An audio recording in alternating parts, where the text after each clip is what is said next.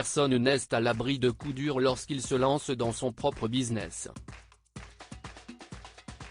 Si certains partent de rien pour arriver à tout, rares sont les parcours sans embûches ni difficultés.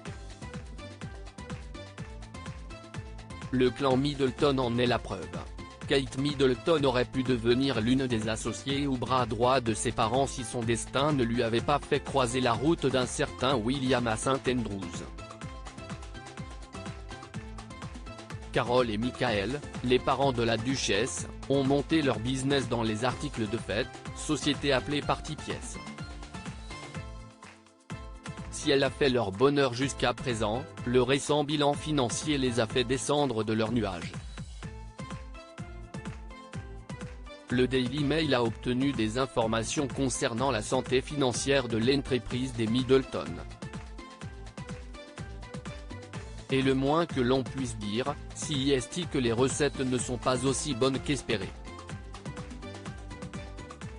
D'après les documents, Party Pièce a enregistré une perte de 285 506 livres soit près de 330 000 €, augmentant le déficit de l'entreprise à 1,35 million de livres.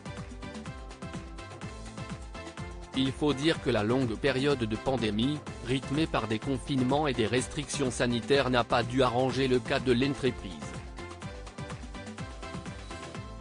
Toutefois, les dirigeants se veulent rassurants quant à cette importante perte et en veulent pas crier faillite trop vite. Au cours de l'année, la société a enregistré une augmentation impressionnante de 18% de ses revenus de vente au détail malgré une période difficile pour les détaillants britanniques.